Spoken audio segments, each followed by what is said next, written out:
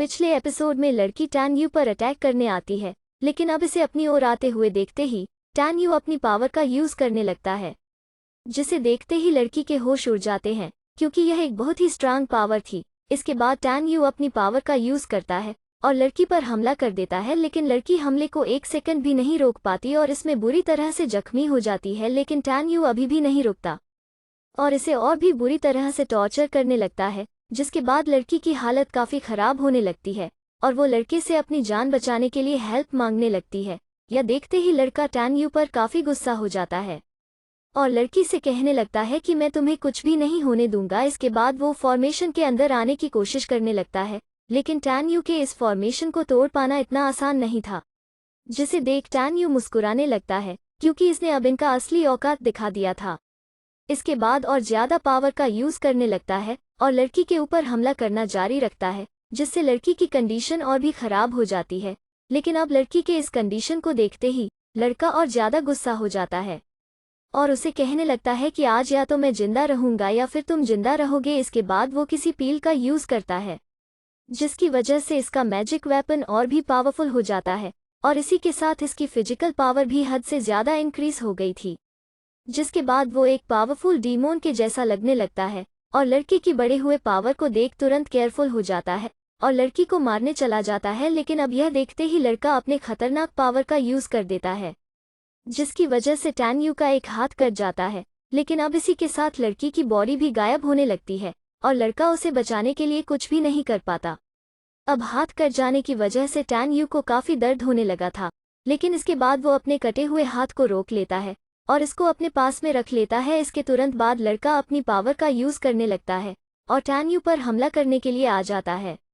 यह देखते ही tan you हमले को रोकने लगता है, जिसके बाद लड़के का यह अटैक है टैन यू का कुछ भी नहीं कर पाता। इसके बाद लड़का तुरंत यहाँ से गायब हो जाता है और टैन यू के पीछे आ जाता है, जहाँ से वो टैन यू पर फिर से अपनी पावर से हमला कर देता है। लेकिन असल में अटैक केवल इसको भटकाने के लिए था और इसके बाद लड़का धोखे से टैन यू पर हमला कर देता है।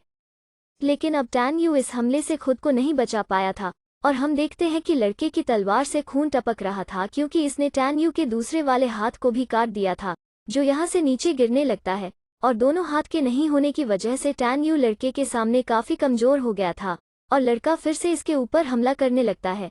लेकिन बाहर से इनको कोई भी नहीं देख पा रहा था और अब सैन को टैन यू की चिंता होने लगी थी।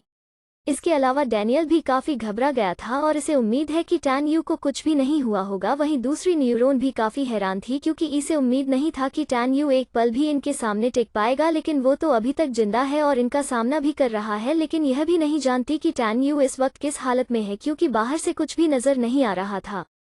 लेकिन तभी अचानक से टैन यू का कटा हुआ हाथ यहाँ पर गिरता है, जिसे देखते ही सब काफ़ी परेशान हो जाते हैं और यह देख डैनियल रोना भी शुरू कर देता है। इस पर सैन कहता है कि अभी आखिरी नतीजा सामने नहीं आया है, इसलिए तुम्हें रोने की ज़रूरत नहीं है। लेकिन यह देख एल्डर बेन काफ़ी खुश हो रहा था क्योंकि वो तो टैन यू को मरता हुआ देखना चाहता है और अब ऐसा होने भी लगा था। वहीं अब का टैन यू और लड़का एक दूसरे के सामने खड़े थे और अब टैन यू को काफ़ी दर्द होने लगा था। लेकिन अब लड़का अपने साथी के मौत का बदला लेना चाहता है और वो टैन यू से कहने लगता है कि आज तुम्हें कोई भी नहीं बचा पाएगा।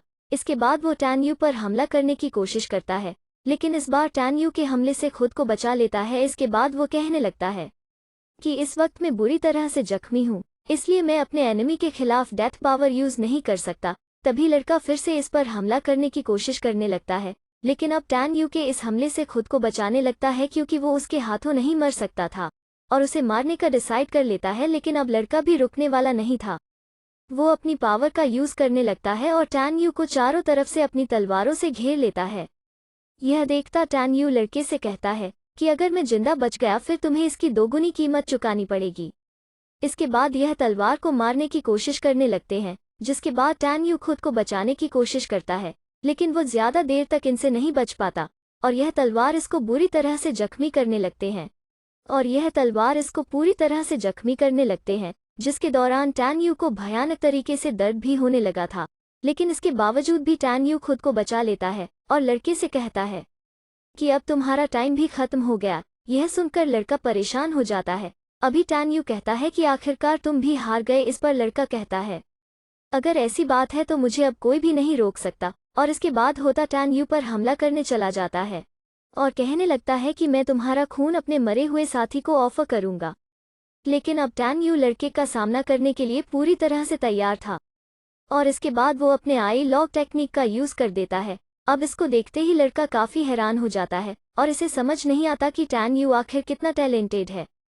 इसके बाद वो इसका सामना करने जाता है, लेकिन वो इसका सामना नहीं कर पाता और इस बात से काफी परेशान हो जाता है क्योंकि टैन यू लाइटनिंग और वाइंड पावर का यूज तो कर ही रहा था, लेकिन अब उसने वोट पावर का यूज करना भी शुरू कर दिया था। इसके बाद टैन यू लड़के पर हमला करने के लिए तैयार हो जाता है, जिसके बाद एक अजीब सी पावर बाहर आती है और लड़के की ओर जाने लगती है, जिसे देखकर लड़का काफी हैरान हो जाता है और फिर एपिसोड भी यहीं पर हो जाता है।